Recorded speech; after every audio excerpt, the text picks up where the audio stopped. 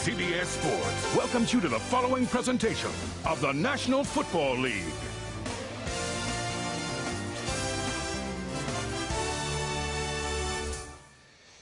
Hello all, Jim Nance from our NFL Today studios in New York. Coming up for most of you, the Kansas City Chiefs will be taking on the Denver Broncos. Brian Griese trying to get the Broncos back in the win column after last week's setback to the Baltimore Ravens. Some of you will see the Buffalo Bills hosting the New York Jets. Rob Johnson hoping for some time today. He's been sacked 13 times in the Bills' 0-3 start. Meanwhile, out in Seattle, Jacksonville comes to town. Trent Dilfer will start for the injured Matt Hasselbeck for the Seahawks in that game. We'll see it back here at halftime. Enjoy the games on CBS. Subway presents Fresh Starts, a salute to the game's early season surprises. Subway, eat fresh. In Week 3, Dick Vermeil earned his first win as Chiefs head coach with help from running back Priest Holmes, who had 225 total yards and 3 touchdowns in a 45-13 rout over the Redskins. The Patriots upset the Colts 44-13 with a defense that intercepted quarterback Peyton Manning 3 times, returning 2 picks for touchdowns. Whoa, did you bake this bread? Do you have any idea where it came from? No. So, what do you think? Don't you just love the smell of fresh baked cardboard? Subway bakes their bread fresh every day, right, Nancy? Right, Jim. Subway's got 4 new delicious Subway Selects, like the tasty Southwest chicken, all in fresh baked gourmet bread. Once you go fresh, you never go back. Subway, eat fresh. Test your football knowledge at Subway. Just upsize your fresh value meal and get one of our 2 32-ounce gridiron trivia cups.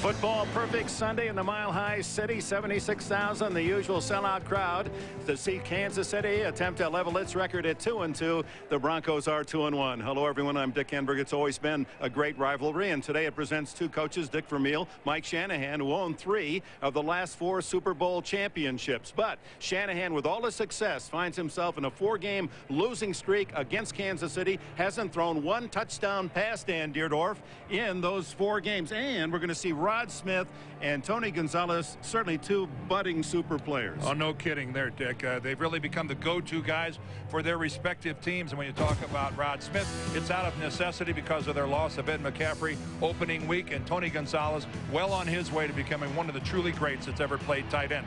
Now, the 2 quarterbacks from this team coming into this game and from opposite directions. Last week, Trent Green against the Redskins, nearly a perfect game. And Brian Griese, with precious little help from his teammates, really struggled against the world champion Ravens. And adding intrigue to this game, Greg Robinson was the defensive coordinator for Mike Shannon here through those Super Bowl championships, but now he's on the other sidelines. And with that story, we go down to Bonnie Bernstein. Well, you're right, Dick. It's certainly been a big storyline in the parting of ways between Mike Shanahan and Greg Robinson. Less than amicable, to say the least.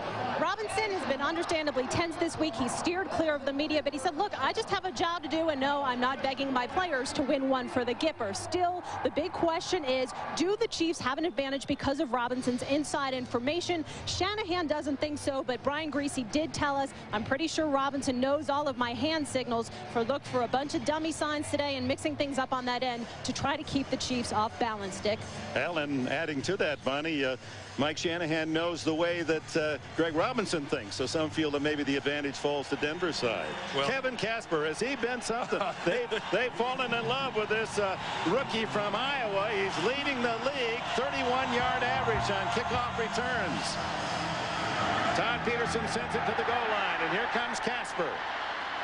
Well, it was a ghostly effort to the 17-yard line for Casper, and the Broncos start from that spot. Brian Griese, the quarterback.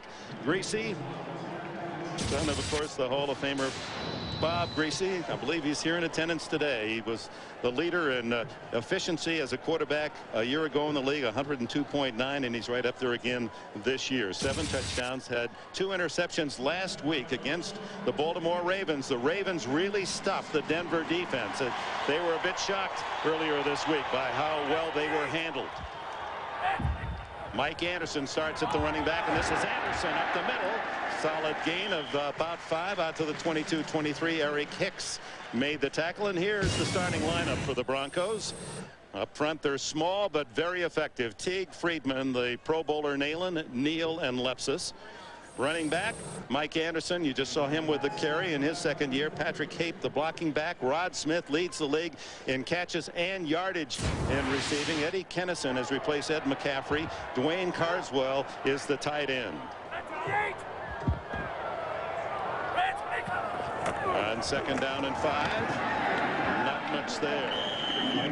And this Kansas City defense has allowed only 4 touchdowns in 3 games. Eric Hicks had 14 sacks a year ago. Browning, Ransom, and Owens join him on the front wall. Linebackers active, solid tacklers. Bush, Marcus Patton, who leads the team in tackles, and Donnie Edwards, he's second in hits. On the corners, ex-Bronco Ray Crockett, number 39. Eric Warfield at the other corner. Jerome Woods and Greg Wesley, hard-hitting young safety.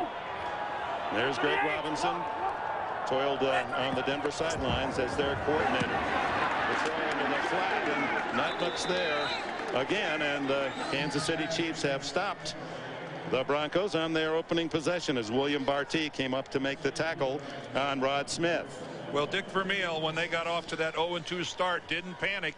One thing about being a veteran coach and having been there before, he said, I have so much belief in what I'm doing. I know it's right. There's no use losing control just because you drop your first 2 games. They then stomp all over Washington last week, and he said the biggest thing that happened, his quarterback, Trent Green, moved to the next level. Tom Rowan, who leads the league in punting average, sends it to Dante Hall. Hall's got running room, 30, 40, and tripped up at the 42-yard line. Oh, that was close to going all the way.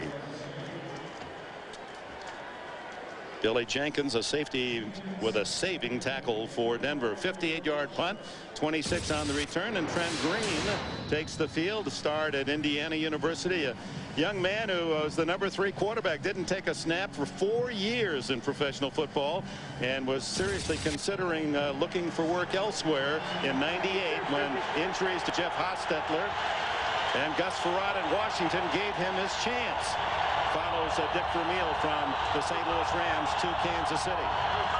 From the 42, Priest Holmes, who had a big game against the Redskins last week when he rushed for 147 yards. Here is the Kansas City offensive starters: John Tate, Spears, Wegman, Shields, and Riley on the front, with Priest Holmes, the former Baltimore Raven, Jermaine Williams, Tony Richardson, a top player, will not play today, shoulder injury. Minnis and Alexander, the wideouts, and Tony Gonzalez.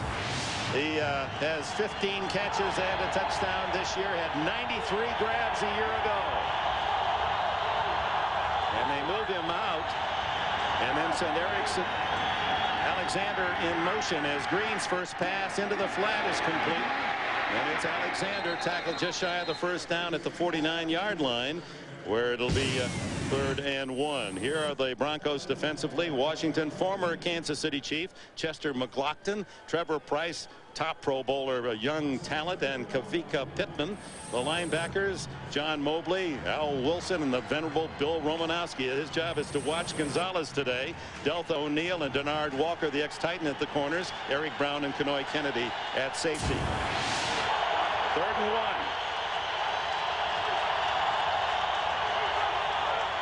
And Green rolling to throw. In trouble, and down he goes at the 42-yard line, and Chester McLaughlin made the tackle.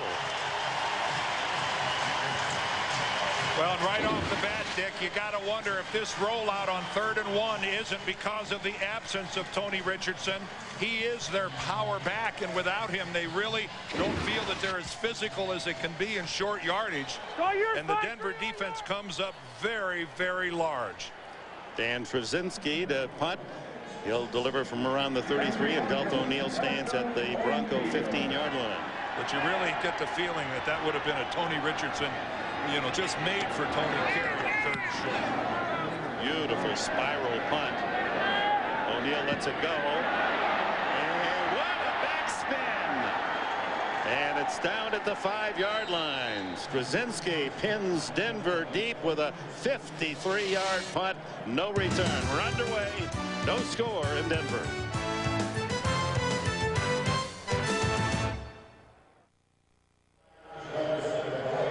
And welcome back to Invesco Field at Mile High, the sparkling new facility. From the 5-yard line, the Broncos put it in play. And it's Anderson with a carry. Gets maybe 2. Into the teeth of that defense with John Browning, defensive tackle down low to trip him up.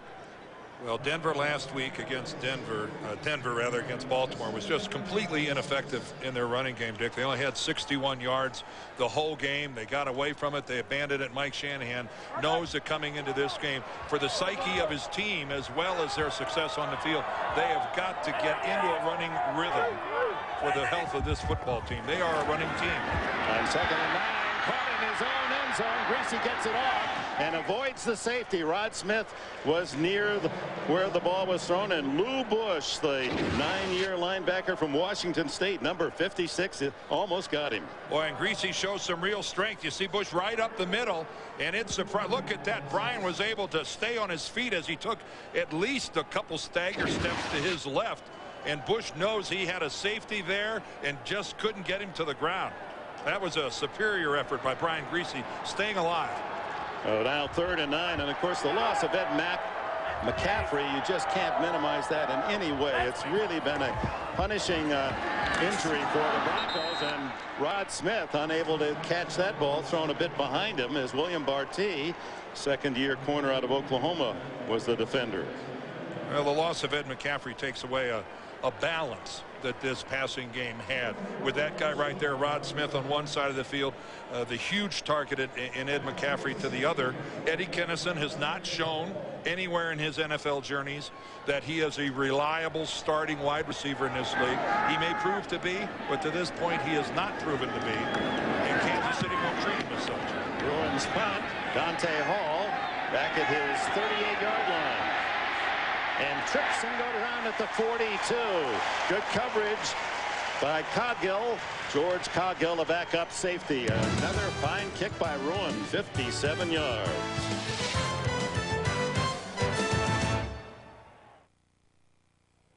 The NFL on CBS is sponsored by Volkswagen. On the road of life, there are passengers and there are drivers. Nextel, how business gets done. And by Burger King, home of the Whopper. Chiefs put it in play at their 42. And it's Priest Holmes slipping outside and finds some tough resistance at the corner. Denard Walker acquired as an unrestricted free agent after 4 years at Tennessee playing corner for the Titans. Well, a big part of the Denver passing game is Kevin Casper, the rookie. As he was covering a punt, he's going to turn his ankle here at the very end. He goes down and he comes over to the sideline. He, little ginger on it. He gets some attention from the Bronco medical staff. He's got to be a factor today in this Denver offense. They need his help downfield. Gonzalez, a tight end in motion, and then they draw to Holmes. He's across the 45 to the 48-yard line. It'll be 3rd and a long 4. Well, Dick commented on the great week that Holmes had last week. On top of that, 147 yards rushing. He had 78 yards receiving. He had 3 touchdowns. He was the AFC Offensive Player of the Week. That's pretty good production. But again, so much more pressure falls on Priest Holmes because of the absence of Tony Richardson. But he said, more important than anything else, Dick Vermeil believes in me. And that means I know I'll get enough carries to prove myself. 3rd and 4. Green underneath to Gonzalez.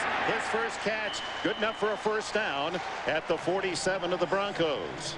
And there to make the tackle, his personal shadow, anytime Denver and Kansas City play, Bill Romanowski. Romo, the strong side linebacker, his job more often than not to stay with Gonzalez. And Gonzalez really does not like Bill Romanowski at all. He even said, I really don't care if I look good or not. I really just want to make Romanowski look bad. He actually refers to Romanowski as a cheap shot artist, and most guys don't go as public as these two do about each other. On first down, the toss to Holmes. Pinned in by Mobley, and Mobley makes the tackle in the backfield for a loss of 4.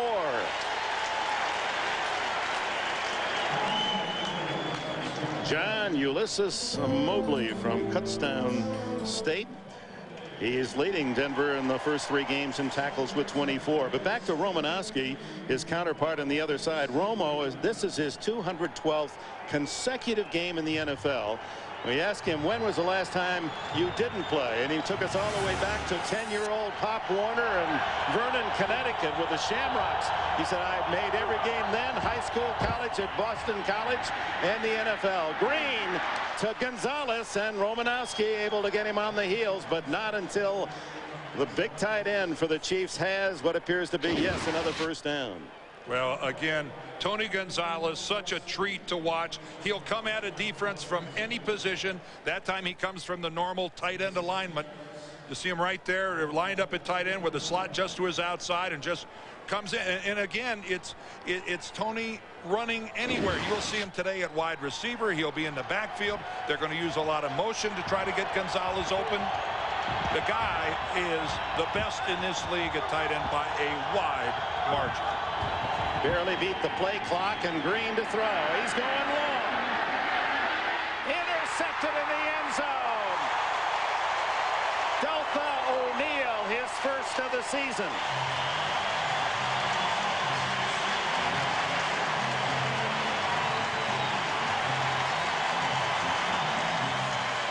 So the Broncos stop the Chiefs. When we come back, they'll put it in play at the Denver 20.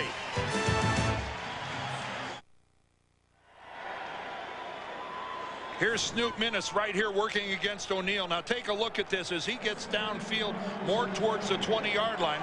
He's going to put a double move right there, and he goes out instead of in, and it appeared that Trent Green thought that he was going inside. Rod Smith with a tough catch over the middle as Greasy connects with his favorite target, leading the league in catches. That's his 29th of the year. Well, they had a Hurley snap there. Dan's point well taken. They had no chance to Green to throw a completed pass. Well, O'Neal had coverage on him all the way. Yeah, the pass that Green threw, he threw it, I think, expecting Minnis to make a break to the inside when Minnis went to the outside.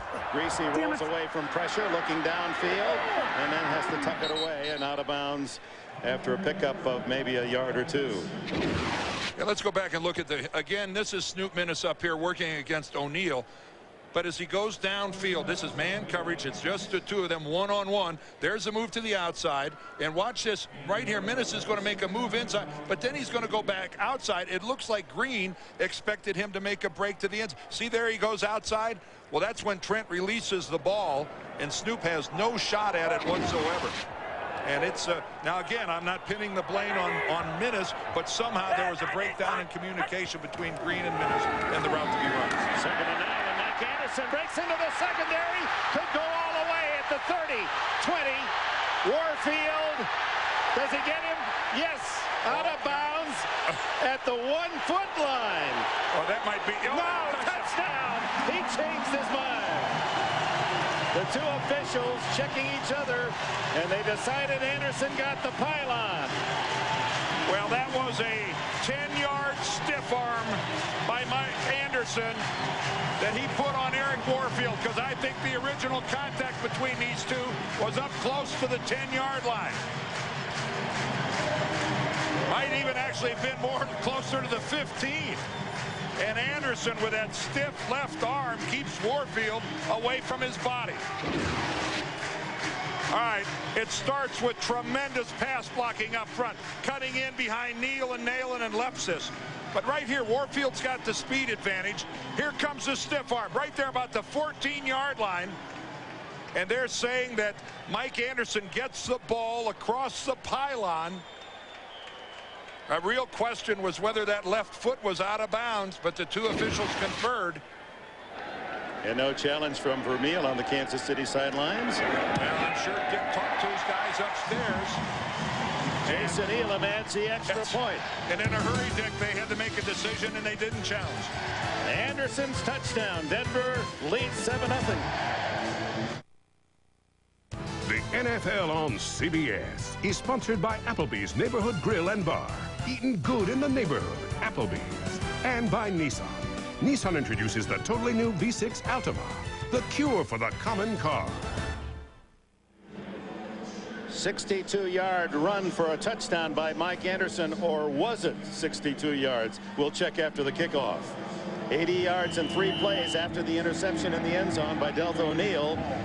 Anderson rips off the longest play of the season for Denver. Elam roots one deep. Dante Hall will take the touchback. Let's go back to that run, Dan. Well, we're all looking at the stiff arm. We're looking to see about, does he get it across the pylon? Watch his left foot right there. Mike Anderson is out of bounds at about the 2.5-yard line. And Kansas City didn't have time to challenge. Watch his left foot right there. His entire foot is out of bounds at that point in time, and Kansas City didn't get an opportunity. There's another very definitive look at it, way out of bounds. Yes, great stiff arm. Yes, he reached the ball across the pylon, but Kansas City would have had the challenge prior to the extra point. In those precious few seconds, their guys upstairs didn't get a chance to do so. Yeah, they were a bit confused. The officials obviously were as well. This is Priest Holmes, who gets it just back to the line of scrimmage, the 20-yard line. Invite you to log on to NFL.com for exclusive online auctions. All proceeds will be donated to the September 11th relief effort. Just go to NFL.com or AOL keyword NFL.com. You can make an argument that that is a flaw in the instant replay system when you have to make a decision on something as crucial as a touchdown in those 20 or 30 seconds that it takes to get the extra point team out there and kick, which you know they're doing in a hurry. A fake reverse and then a screen to Holmes, and Denver reads it very well. A 5-yard gain. John Mobley there to make the stop. It'll be 3rd and 5. Little razzle-dazzle, Dan. Yeah, we're faking it all around, faking to the fullback, faking to the wide receiver, but it buys Green enough time, and it takes a little extra time nowadays to get these big giant linemen out into the screen pass. They don't get there as quickly as they did 30 years ago. These guys are, I don't want to say they're a lot slower, but a little slower. Okay. 3rd down, a long 4. Green into the flat and not even close to Chris Thomas, number 87, and the Chiefs will bring on the punting team and Dan Straczynski. Well, Chris Thomas, the free agent from St. Louis, he was supposed to continue his pattern to the sideline. At least that's what Trent Green thought. You could see that he just sat down rather than continuing his pattern to the sideline. So a couple times we've seen confusion between Trent Green and his receivers. Short kick. Delta O'Neal comes up and then lets it bounce, and it'll take a Kansas City healthy roll back inside the 25-yard line. And with that, a timeout. 4 minutes remaining in this opening quarter. The Broncos lead by 7.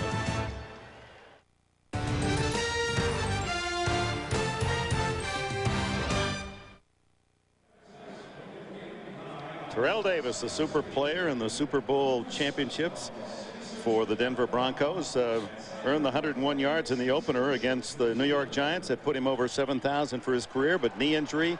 They've had the surgery. They feel he might return about a month. Yep, November. Yeah, he had arthroscopic surgery on the 20th. Here's Anderson as replacement, picking his way into the secondary again, carrying tackler to the 49-yard line. Eric Warfield finally got him down. Oh, how important this is for the Denver Broncos, and from a psychological standpoint after getting just stuffed last week and trying to run the football against the Ravens. And they are just finding gaping holes up the middle. This offensive line back to looking the way they always did, and Mike Anderson showing a real unwillingness to go down. And again, who's trying to get him to the ground but Eric Warfield. And it's a struggle. 25 yards on that carry, so 87 yards on the last 2 carries for Mike Anderson. And this time Marcus Patton is there to take care of Olandis Gary as Gary comes in to give Anderson a breather. Well, we saw a shot a minute ago of Greg Robinson, and one of the one of the things about the defense he plays is that it's a gap defense, and it is predominantly an 8-man front defense. And the one flaw in the system is that if by chance you crack it, if you get through it early, oftentimes it ends up being a big play. And we've seen a couple already in the running game. Greasy throws underneath to Patrick Hape, who's the tight end blocking back for the Broncos, short yardage. And we remind you of Wednesday on CBS, the Amazing Race heats up. 7 remaining teams find themselves in the middle of the desert. It's never too late to get into the race. Don't miss an all-new episode Wednesday on CBS. Well, Mike Anderson's had his own amazing race here in the first quarter, to the delight of the Denver faithful. 7-0 Broncos with 2:21 remaining in the first period. 3rd and 6. Greasy, good protection. Now breaks down, and he is sacked at the 39-yard line. John Browning logs his first sack of the season. Now let's take a look at the pressure up the middle. John Browning, Eric Hicks, we're seeing him work to the outside. They certainly got him accounted for, but with a real rush and a good burst to the quarterback after breaking free up the middle is Browning. Eric Hicks, the best pass rusher for Kansas City, drew the double team. That means that Browning beat a single blocker and got the sack. Tom ruined a punt. Dante Hall stands at the 10. This a wobbler. Hall comes up, receives it at the 17, breaks the first tackle, runs into his own man, stays on his feet, and finally out of bounds at the 28-yard line, pushed out by Eon Gold. 43-yard punt, 10 on the return. Dan, we talked about Ed McCaffrey as Romo takes the field. And it seems even in this first quarter, Greasy, where you used to have that balanced field, McCaffrey one side, Smith the other, somebody's got to step up and fill that 101 catches McCaffrey brought to the team a year ago. Greasy can't seem to find the open man. Well, it'll be an ongoing struggle, Dick. I don't think there's no short-term solution. Eddie Kennison and Kevin Casper are going to try. But it's just a statement as to how good a player Ed McCaffrey was. Priest Holmes gets a big hole up the middle and then is jackknifed down at the 30-yard line. What do you have for us, Bonnie? Well, Dick, the Broncos are currently without the services of rookie wide receiver Kevin Casper. He sprained a right ankle, but they're thinking it might be a little bit worse because a tape job didn't work. He's currently in the locker room. If it is more serious, a bit of a blow to the Broncos. Going into this game, he's the AFC's leading kick returner and also getting some balls as a receiver in the absence of Ed McCaffrey. All right, thank you, Bonnie. Yeah, they feel here in Denver that he has a chance to be more than just a top kick returner, that he could fill that spot at wide receiver. The toss is to Holmes. He's caught in the backfield and smothered back at the 28-yard line. A loss of a yard will bring up 3rd down and long. Well, as Bonnie talked about Casper, I remember Mike Shanahan telling us that he said Casper is going to be another Rod Smith. Now that's lofty praise, but that's how much Mike believes in rookie Kevin Casper. Keep in mind, Rod Smith has become a Pro Bowl player. He spent 3 years on the practice squad. That's the type of dues paying that you don't see a lot anymore, but certainly with Rod Smith, it came into play. 3rd down and 8. And Green to throw. Pressure on, steps away, shovels it ahead, but just for short yardage, not enough for a first down. Holmes with a catch, and the tackle will bring up 4th down and 5. Final seconds of this first quarter. Dick Vermeil's Kansas City Chiefs had good field position, but the O'Neal interception in the end zone led to that long 62-yard Mike Anderson run. 7-0 Broncos will return to Mile High right after this message.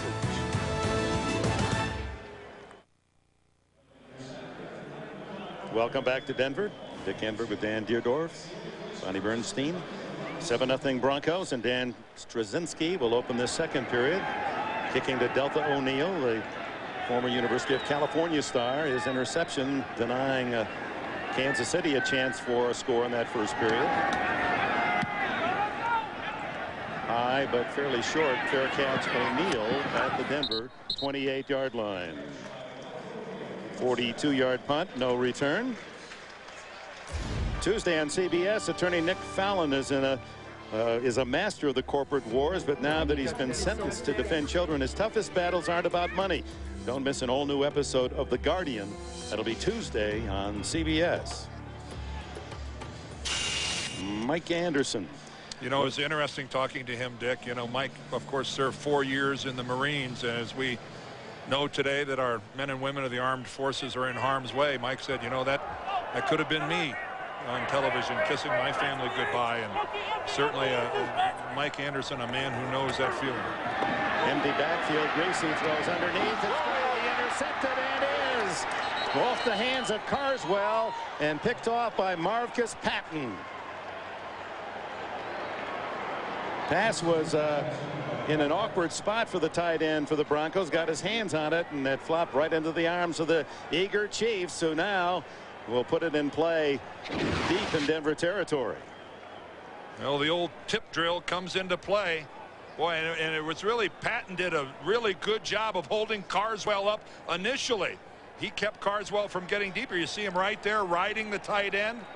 And then the ball a little bit back to the outside. It certainly was away from Carswell, and he was never able to catch it. All he did was serve up an interception on a platter. Not a good throw from Brian Greasy. 14th career interception for Patton. Green comes back with a strike, incomplete. On at the 17-yard line to Snoop Minnis. Well defended by Denard Walker.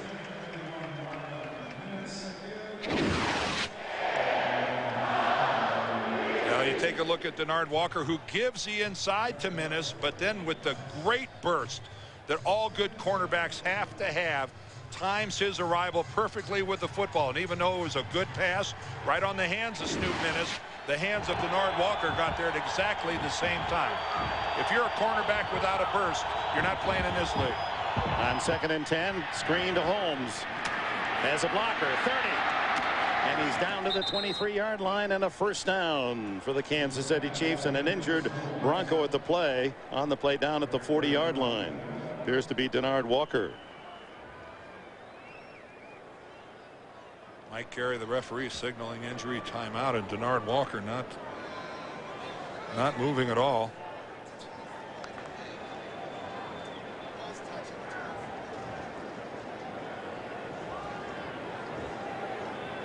Walker, the cornerback, coming up into that screen with all the blockers in front of Holmes.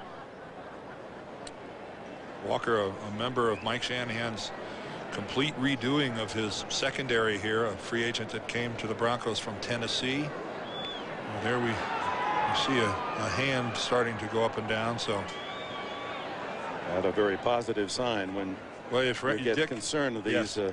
In this situation, you look for anything positive. You look for anything that's good. We'll be right back.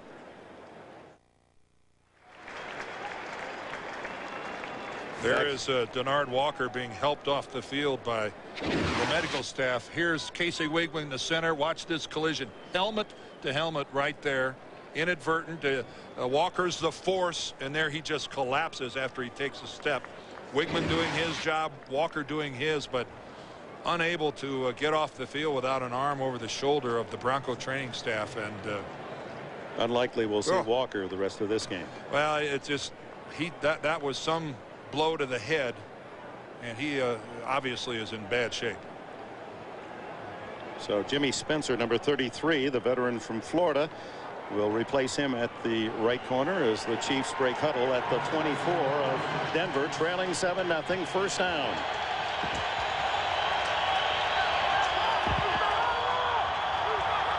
Gonzalez in the slot right to give to Holmes up the middle, big hole, and he battles his way down to about the 12-yard line, a gain of 8. Monday on CBS, it's an all-new night of comedy. Starts with King of Queens, followed by Yes Dear. Then it's Monday's #1 comedy, the Emmy-nominated Everybody Loves Raymond. The Emmys on CBS tonight, pending whether the primetime program continues as normal. Well, this is Monday night, followed by Becker, starring Ted Danson, then the all-new Family Law. It's all here Monday on CBS. 2nd and 2.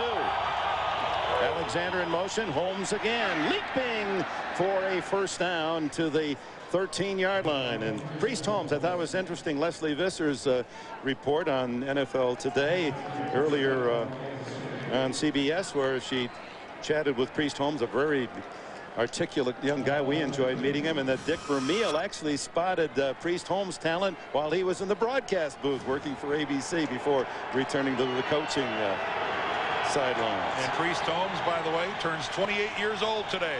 That was that first down was a nice little birthday leap. From the 13, Green to Holmes. They go to the middle again, and not much there this time. Kavika Pickman, Keith Washington, and others in on the tackle. Washington also played at Tennessee last year. Remember, we were doing a game, a very critical game, with the Baltimore Ravens.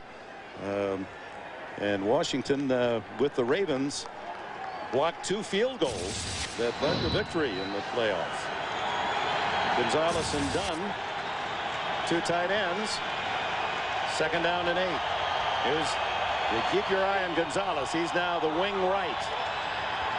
Holmes, plenty of blockers, and he slices to the 6-yard line, where it'll be 3rd and a long 2.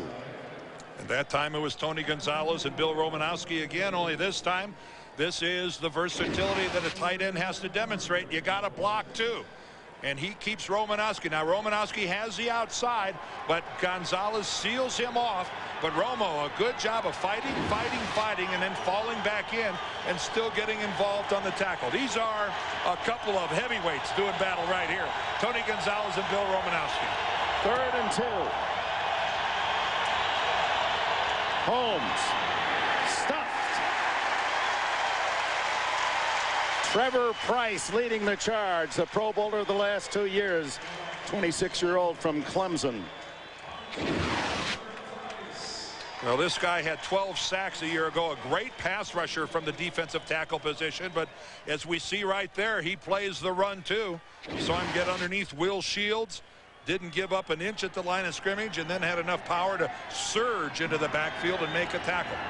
Al Wilson there to finish off the job. Here's the short field goal try by Todd Peterson. 23 yards. Straczynski holds. It's up and good. So the Chiefs take advantage of the patent interception. Put 3 on the board. It's Denver by 4.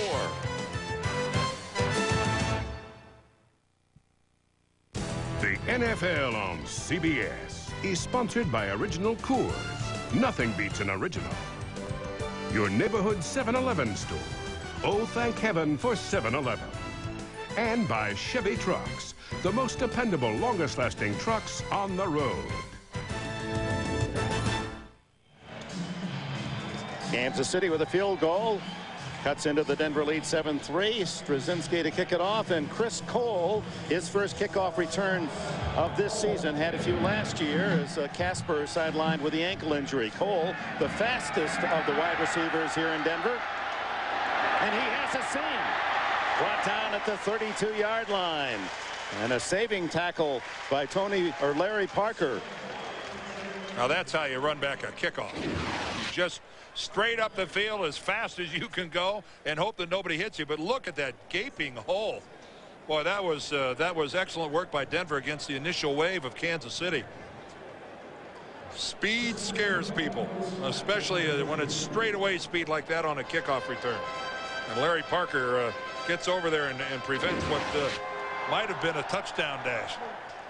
Now Brian Griese takes over at his own 32-yard line with Mike Anderson in the backfield, along with Tony Carter at fullback. Eddie Kennison, Rod Smith, the wide receivers. Anderson. He's got quick feet, doesn't he? Slips left and then cuts quickly to the right out to the 37-yard line. A gain of 4. Bonnie? Well, Dick, Denard Walker, part of the revamping of the Broncos secondary, was just carted off a few minutes ago with a concussion. I had a chance to look in his eyes. He looks very dazed, and he could barely even keep his head up as he was going off on the cart, and he is out for the game. All right, Bonnie. That was a violent collision between Denard Walker and Casey Wigman, the center of Kansas City. And boy, That's not a good spot to be. Anderson already over the 100-yard mark, picks up the first down. He has 106 yards, 106 in this first half. Well, he was the consensus NFL Rookie of the Year last year, even though, as I said before, after 4 years in the Marines and at 28 years old, he's an old second-year player in this league. A couple years at junior college, a couple years at the University of Utah, and just another in the endless supply of running backs here at Denver. Terrell Davis, Orlando Gary, Mike Anderson, and what an average. From the 44 on first down, Kennison in motion. Oh, is Anderson hit by Donnie Edwards. Edwards, the linebacker who played at UCLA, shooting the gap and right into Anderson, the ball carrier. Well, Anderson has a lead blocker. It's straight out of the eye. You know, he's trying to figure out, Tony Carter, why he doesn't block Donnie Edwards. And Donnie Edwards got about a 4-yard running start right at Mike Anderson and made it pay off. He learned to fight for his own as a youngster. He was the youngest of 9 kids. Gracie out of the backfield of Carswell, the tight end, and he takes a pretty good rap as well. As coming up is Greg Wesley, number 25, to finish the job. And he heard about it from Wesley, and Carswell up quickly to say, you know, that didn't faze me at all. Dwayne Carswell, a tough guy at 6'3", 260. Well, watch, Wesley's going to be the last one, and you know, initially we got to play there by Lou Bush, and in to finish it off is Greg Wesley with a great shoulder hit and a good look at how to come up and strike somebody without having to lead with your head. He hit him with his right shoulder. 3rd down, 11. Greasy under pressure, gets it off to Smith. Smith leans forward and may have the first down. Ray Crockett, the former Bronco, around his ankles. Well, and that's a blitz adjustment all the way, Dick. Kansas City comes with the blitz up the middle. That means Rod Smith is going to break off his pattern. He sees the blitz, immediately just stops his pattern. Brian Greasy, you know, counting on Rod Smith to do so, gets him the football in a hurry. There's the blitz. See the cross right up the middle. Patton and Edwards both come, and that is a veteran quarterback and a veteran receiver making the blitz pay off for you offensively. Crockett called Smith, against whom he worked in practice here in Denver, a very astute receiver. It was interesting. He said, as a rookie, I used to just jam him out of bounds. But Smith, while he wasn't very effective early on, said, how do you do that? What do I do? He said, I've actually tried to coach him now. I didn't give him all my secrets, Crockett said, but Smith has learned plenty of his own. Great admiration between the two of them. Good friends. Crockett saying Rod Smith is all arms and all legs. He says, take a look at him. He's got a really small trunk. He's got the arms of a guy 6'6". He's got the legs of a guy 6'6", even though Rod Smith is only 6 feet tall. Out of Missouri Southern. It's a great story. Don't you love a story, though? 3 years on a practice squad, and just through nothing but hard work and dedication becomes a Pro Bowl football player. If you don't like that story, you don't like anything. Absolutely. Here's Greasy off play action. He's going to go downfield and complete. It's to Smith again.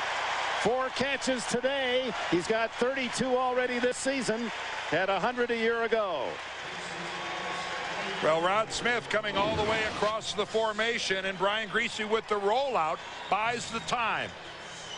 You take a look that Barty is in a chase position all the way, and that's an impossible situation to ask a guy to run all the way across the field.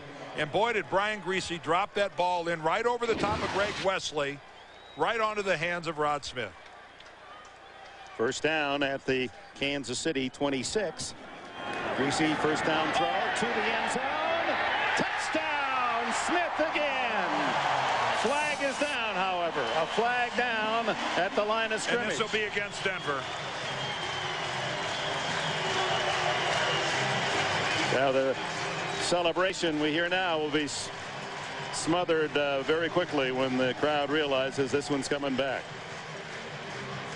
But you notice how Denver has gone to the pass, Dick, and their effectiveness. Why? Because how Mike Anderson's been running the football. Illegal shift against the offense. 2 men moving at the same time. The motion man and the center. 5-yard penalty. Remains first down. 2 men moving at the same time. The call, the illegal set. Yeah, let's take a look at this from up top. You can have two guys moving at the same time, but it has to be before the snap. You can't have motion going on at the snap by two guys at the same time. That's just somebody losing concentration or else forgetting what they're supposed to be doing, and a touchdown's negated. Nullifies a 25-yard touchdown. Orlandis Gary gets the call, and nothing there for him on 1st and 15 as John Browning and Marvcus Patton make the tackle.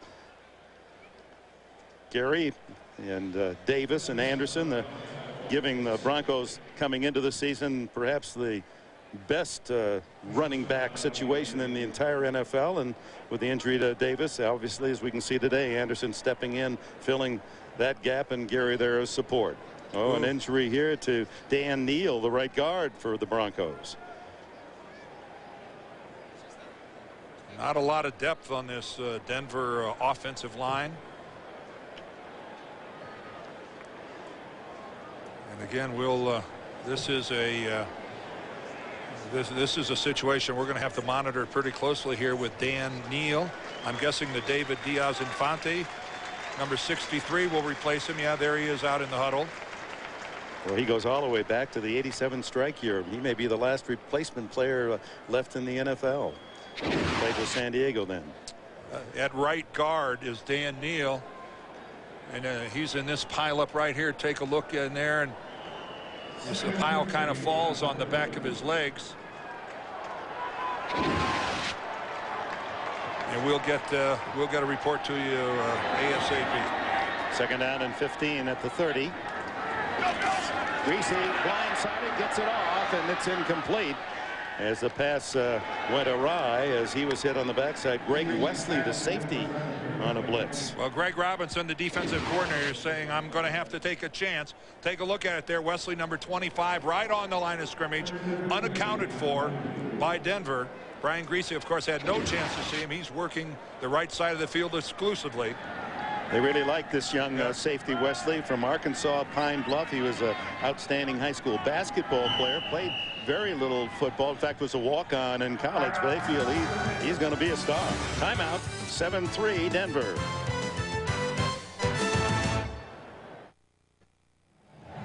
Back in Denver, follow all the games on NFL.com, and after the games, get in-depth analysis and recaps from the experts only at NFL.com or AOL keyword NFL.com. Dan Neal, the injured Bronco, being attended. It's 3rd down 15 from the 30. Greasy throws back underneath, and Smith has it batted away. A big play by Eric Warfield, because Smith would have gone for a touchdown. There was no one else on this side of the field for KC. Oh, and Brian Greasy trying to do his best John Elway impersonation, going to his right, throwing all the way back to the left. Ooh, just 6 inches more air under that ball in your right, Dick. That might have been a touchdown. But credit Eric Warfield. He got the play, and he made the play. Jason Elam, who was warming up, hit a 63-yarder, missed from 68 yards. This one will be 48. Any distance. He's got it. Jason Elam puts the Broncos back up by 7. 5 left in the half. The NFL on CBS is sponsored by the U.S. Postal Service. The United States Postal Service is everywhere, so you can be anywhere. And by Gateway, where you've got a friend in the business.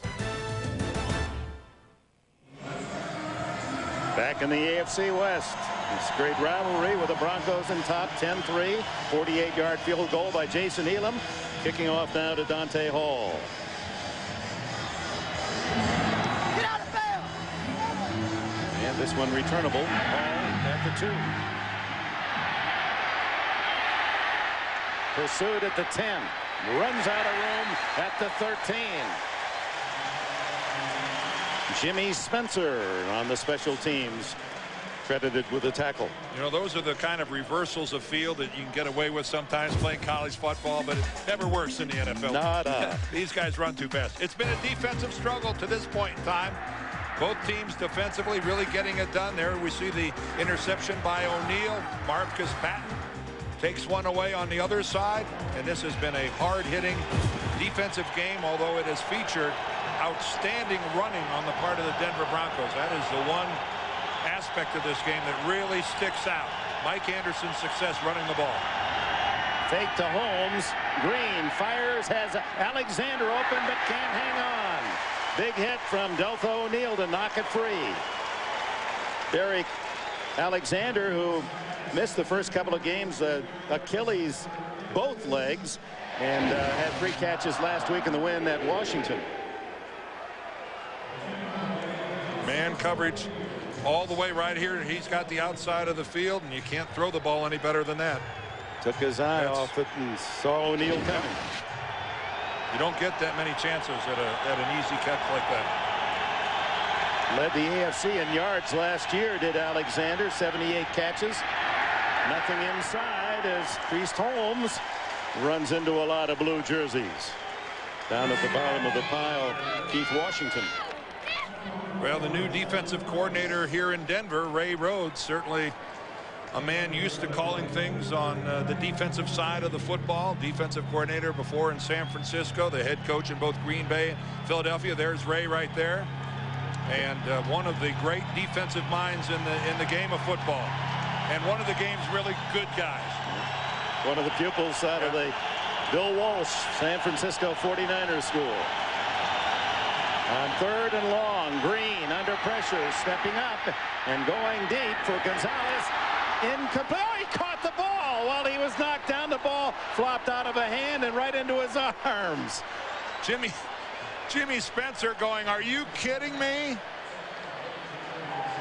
I think that ball went right through the hands of number 33, Jimmy Spencer. Now take a look at this. Gonzalez goes towards the sideline. Spencer's to the outside, number 33. He's got an easy play on it. Well, then what happens is his teammate Kenoy Kennedy comes over from the inside. And I think Kennedy either got a hand on it as well, whatever. That's as lucky of a 35-yard. Well, we're going to have a pass completion. And I think we're going to have a review here. Based on whether Gonzalez might have had a foot out of bounds, what would be the reason for the challenge? Well, I'll tell you the truth. I was so concentrated looking at Kennedy and Spencer, I didn't get a good look at there's so much going on at one time. Let's concentrate on Gonzalez now. Shanahan may be saying, I just want you to replay it because I can't believe it. Make you look at it again. Dick Vermeil was right there and, of course, applauded the effort of this all-pro Gonzalez. The ruling on the field is being challenged by Denver. What we didn't hear was the call that the ruling on the field was that it was a catch. So, again, that's where we start with. Okay, let's look at the end of this again. It looks like Jimmy Spencer is going to intercept it, but coming from the right there, that's Kenoy Kennedy. Okay, now let's look. All right. Look at this. Let's keep looking. Come to Papa. Oh, that is a catch. Initially, it looked like Tony Gonzalez may have had his his one foot that was swinging through the air, but the heel comes down. Well, that angle wasn't nearly as definitive as the other. Let's look at it again right here. Let's look at his right foot. The heel is down. The toe doesn't appear to touch the sideline. How good is that? What a bad break for Denver, but how good is that concentration by Tony Gonzalez? Should have been an interception. Instead, it's a 35-yard gain, and it was unanimous. Everyone we talked to, and especially coaches this weekend, said, is Tony Gonzalez the best tight end in football? And the basic thought was not even someone close in second place, and that came from Shanahan as well as Vermeil. It's there may not be another player in the league that has a consensus of opinion about their standing in the league as Tony Gonzalez at the tight end position. Because not only is he a fine receiver, we've seen that's his 3rd catch, but he is a big guy that blocks well. You can get a Shannon Sharp who doesn't block as well, and you get some big guys that block but don't catch. This is the total package. And meanwhile, Jimmy Spencer said, I had a sure pick. Kenoy Kennedy, stay out of my area. Yeah, Jimmy Spencer appeared that he was going to have that thing all the way. And then Kennedy comes, and of course Kennedy, he doesn't know. Kennedy's looking at the football. He's doing what he's got to do. There's no blame to be assigned here. You got 2 guys really trying to make a play. Kennedy there, number 28. They're coming into it. He's making a break on the ball. He doesn't even know where Jimmy Spencer is. That is just a bad break for Denver and an outstanding play by Tony Gonzalez. And Mike Carey, one of the best refs in the game, with the call. The Kansas City receiver never went out of bounds. Therefore, the reception is good. First down, Kansas City. Denver will be charged with their second timeout. Well, the fans are going to react that way regardless, but an obvious call. Mike Carey, catch good at the 49-yard line. This might get replayed a few times tonight on the highlight shows. Look at that. Come to me. Come to me. Denver loses the timeout, of course, on the challenge, so they have one timeout remaining in this first half with 3:29 left before the intermission. As you all know, the Gonzalez story out of California, where he helped the Bears get to the final 16 in basketball as well, was a top talent.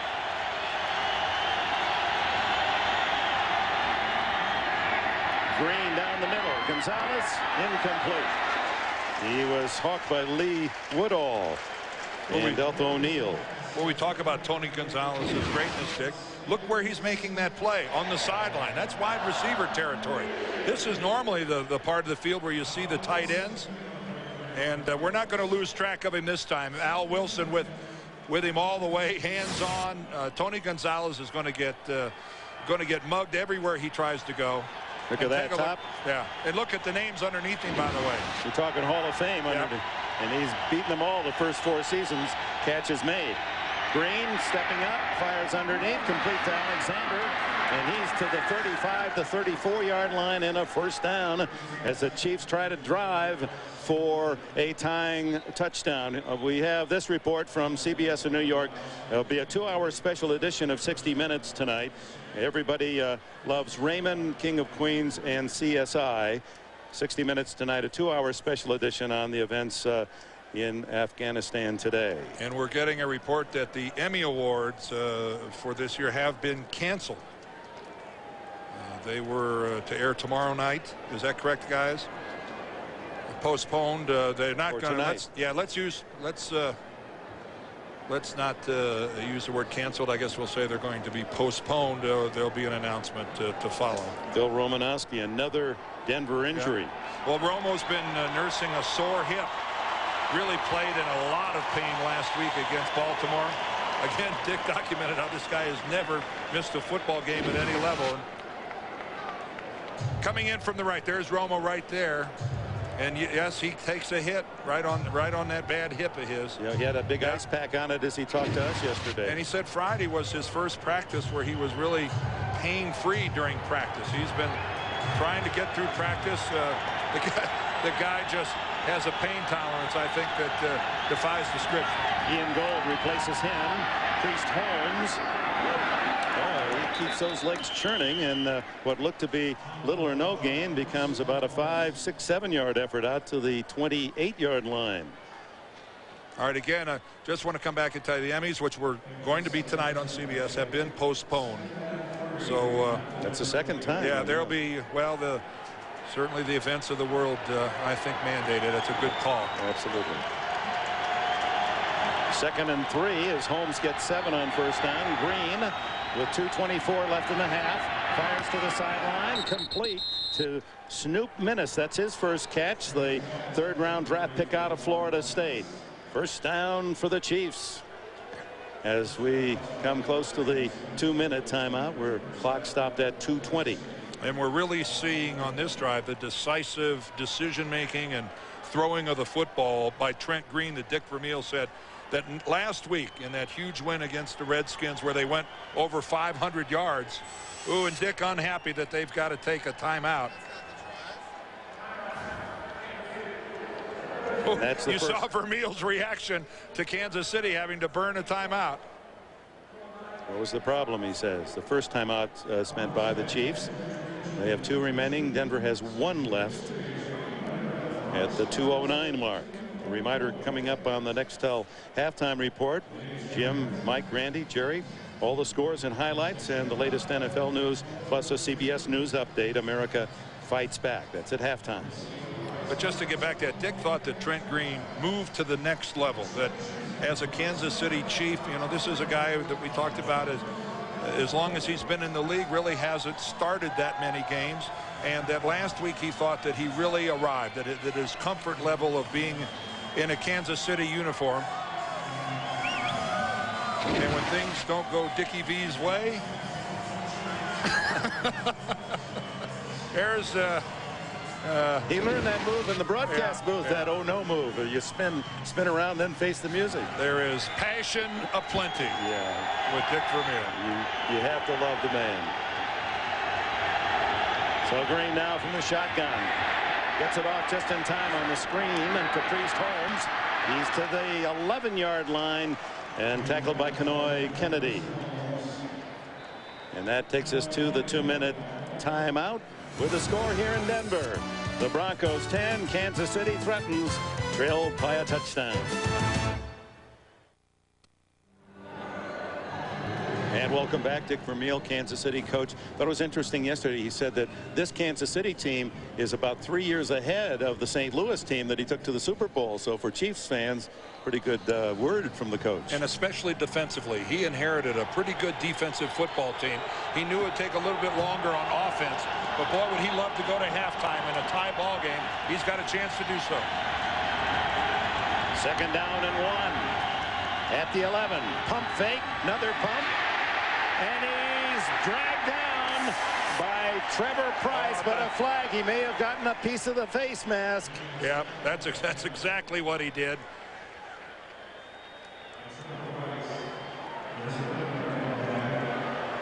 The look of resignation there on Mike Shanahan's face. Personal foul face mask. Well, they come in 2 varieties, and that's the big one. So that's a 15-yarder, which will be half the distance to the goal line from here. If you get your hand on it and get it off, well, then that's just grabbing. But this is, personal I think foul. We're going to see a takedown. Major face mask. Yes. Defense, number 93. Well, he grabbed it, let go, but it was enough to draw the personal foul. Yeah, I'm not sure if he let go or if Trent Green just ripped it out of there the way he spun around. So half the distance presents 1st and goal for the Chiefs outside the Broncos 7-yard line. A touchdown to tie with 1:54 to go in the half. So time not an issue with Kansas City having 2 timeouts. Fake to Holmes. Green all day. Throws for Minnis, incomplete. Good defensive coverage for the Broncos. Well, a couple of kids going at it here. Deltha O'Neal, the #1 draft choice, as Minnis comes all the way across the field trying to get open. O'Neal slipped and fell, but again was able to get back up and take away the inside of the field. Trent Green had really no choice but to throw that ball so high to get it out of the back of the end zone. 2nd and goal. Gonzalez anchors the left side.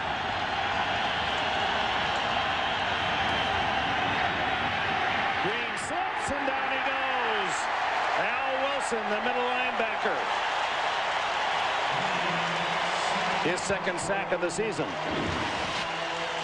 Again, Kansas City so synonymous with power football. Here in a 1st and goal situation, go to a pair of passes on 1st and 2nd down, and Trent Green slipping like that, that's a kind of a slip where a lot of times you'll see the guy injure a groin or something. That's an awkward slide by Trent Green, but boy, the Chiefs have 2 really unproductive plays. Timeout. We're back in Denver as Kansas City threatening to tie before halftime, and the next direct contact halftime report is coming up. Gentlemen back in New York with the scores and highlights of the early games, and then a CBS News report as well. Ball is at the 18-yard line. Kansas City now facing 3rd and goal from the 18. Dick Vermeil's team, a young team, and very enthusiastic. Both he and Greg Robinson said it's like coaching college again. The enthusiasm in the locker room, not on the field. Gonzalez sent wide left. Both wide receivers are to the right side. Gonzalez in motion. Green looks to the end zone and fires. Complete, and Deltha O'Neal again denied. Derek Alexander. O'Neal leaping in front of Alexander, who appeared to be ready to grab a touchdown. Well, outstanding protection by Kansas City. Trent Green has all the time that he wants to look at the field. But that time Denver's sitting back in his zone, and O'Neal has the underneath, and he gets a hand on the football. Now out comes Todd Peterson for the field goal, as O'Neal wanted his second interception. 35-yard attempt by Peterson. I think this is his longest attempt of the season so far.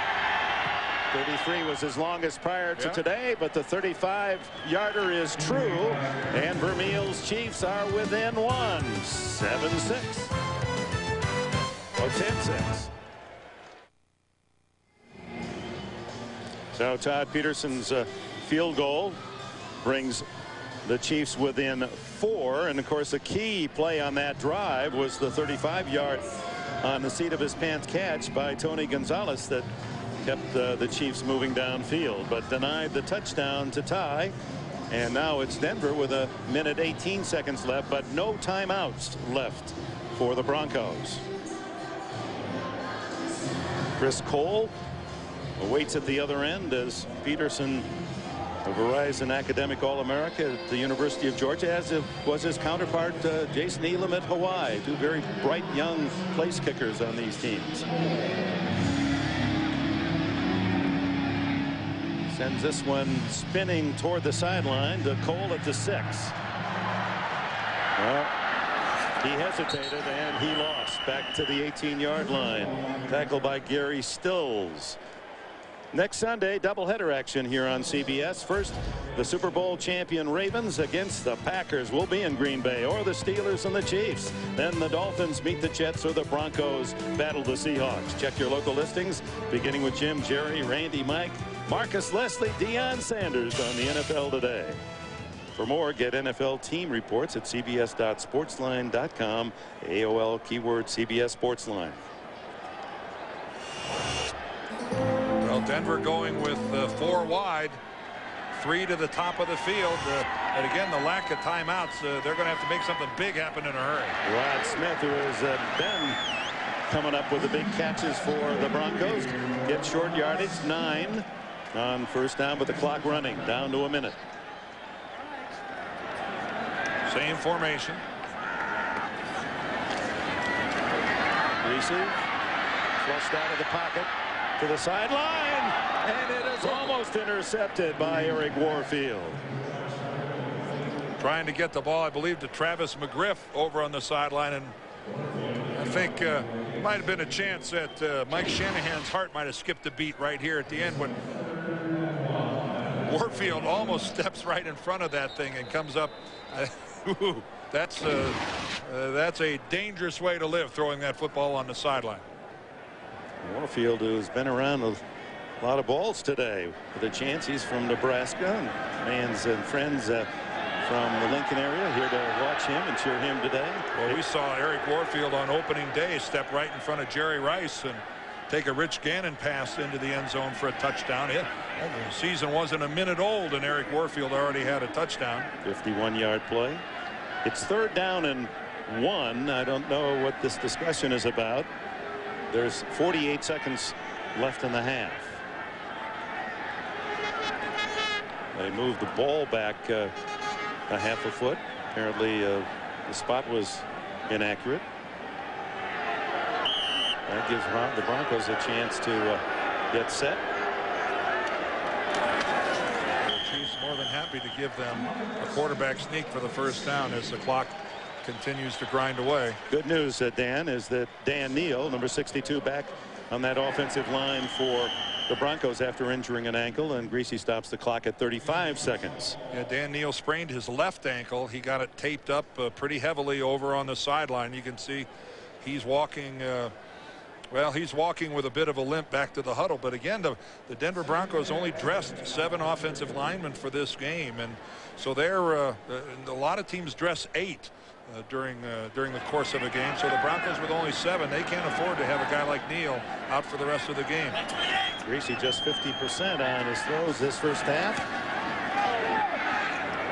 Rod Smith twists away, and he has a first down at the 45, but it costs time, and the clock runs.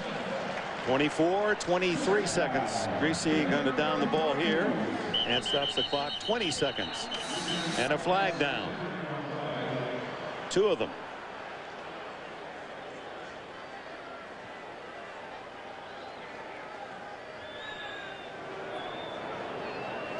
And it's as so many of these games in this long-standing rivalry going back to AFL days. Physical.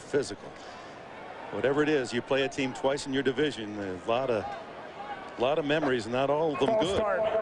Offense, number 62. That foul, while the clock is running under 1 minute, requires a 10-second runoff. The snap came at 21. Please set the game clock to 11 Mike Carey's seconds. explanation here is that when you have a penalty like that without a timeout, there's a 10-second runoff on the clock. So Denver being called for the false start not only has a penalty, but it's not that easy to stop the clock. They run 10 seconds off. There's a price to be paid. And of course the thought here for Mike Shanahan, the Broncos try to get down across the 50-yard line, hope that Elam might kick a long field goal at the end of the half. Well, and they've got to hope that maybe Kansas City gets called for some kind of an interference or something on a long pass, because it can't end on a defensive penalty. That's the other thing you look for. So Greasy steps up and then runs right into a white jersey as Derek Ransom, the 4th-year defensive tackle from Cincinnati, there with the play. And that'll be the end of the first half.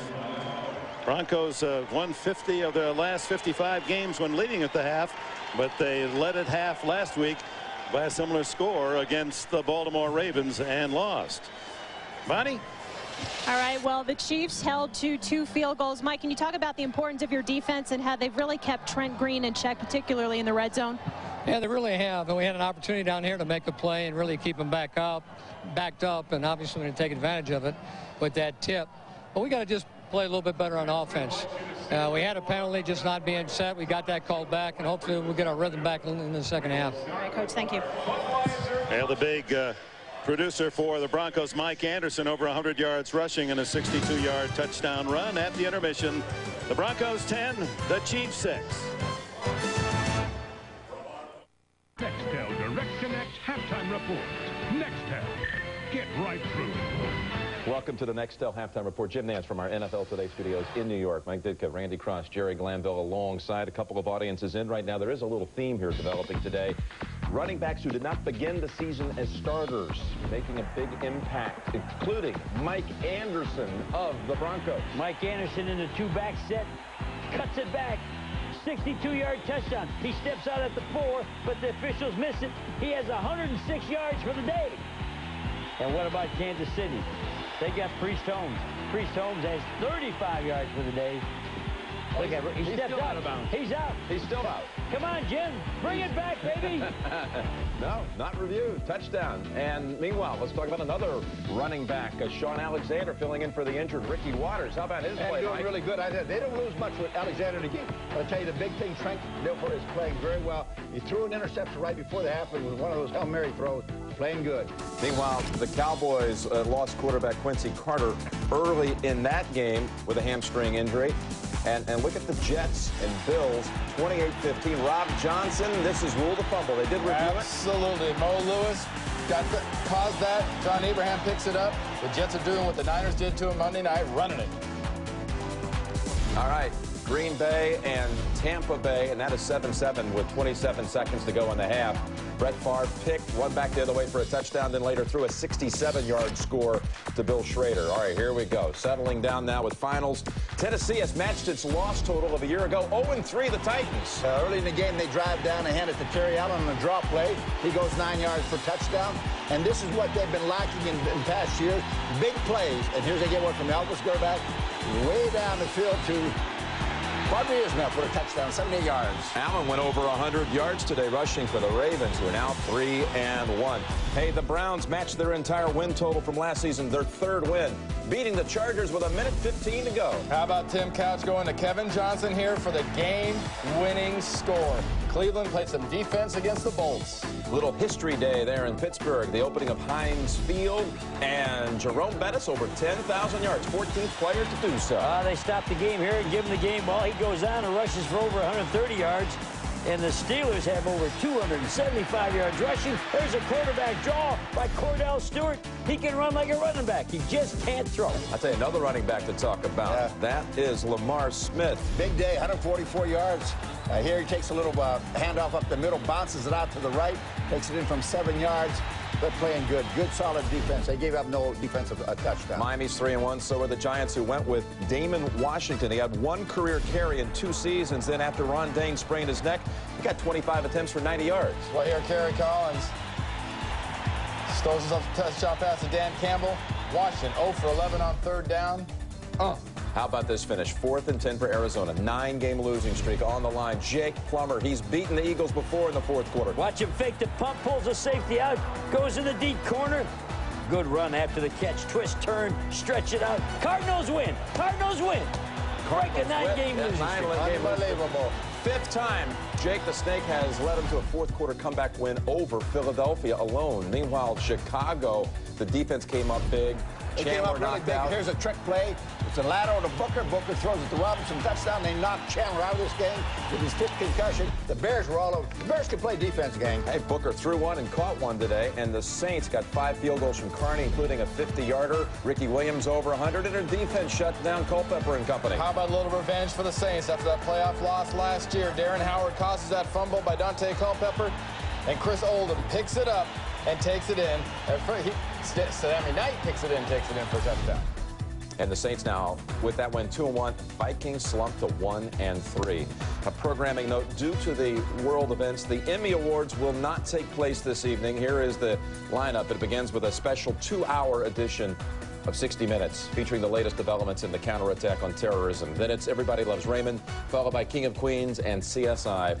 That's all coming up tonight, right here on CBS. Back next, we'll have a CBS News update from Dan Ruther. Thanks for being with us on the Nextel Halftime Report. CBS Sports presents the Nextel Direct Connect Halftime Report. Nextel, get right through. Latest at this hour. The waiting is over and the first attacks inside Afghanistan are well underway. U.S. and British forces launching 50 cruise missiles. First to be hit were the airport and other military sites in Kabul, with efforts to avoid civilian concentrations. Command and control centers and Al-Qaeda terror training camps also were targeted. Defense Secretary Rumsfeld said terrorists are the only target. To say that these attacks are in any way against Afghanistan or the Afghan people is flat wrong. Defense Secretary Rumsfeld. Osama bin Laden said the United States will not live in peace until there's peace in the Middle East and until U.S. troops leave Saudi Arabia. He said that in a videotape that apparently was made before today's attacks, but after the September 11th attacks. Earlier, President Bush spoke from the White House. In this conflict, there is no neutral ground. If any government sponsors the outlaws and killers of innocents, they have become outlaws and murderers themselves. And they will take that lonely path at their own peril. Other headlines: British, French, and German leaders back today's attacks and those to follow. Bombs and bread. The Allied airdrop of food to the Afghan people is about to be started. The planes are already in the air. And tonight's Emmy Awards on CBS have been canceled. That's the latest news at this hour.